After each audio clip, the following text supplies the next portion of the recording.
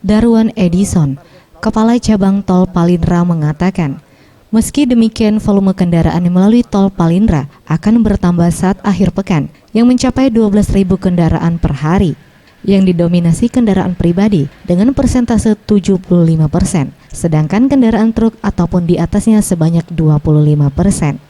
Meski saat ini pembangunan jalan tol Palindra sudah mencapai 100%, tinggal menyelesaikan pembangunan fisik gerbang dan kantor gerbang di kawasan terpadu Mandiri Rambutan.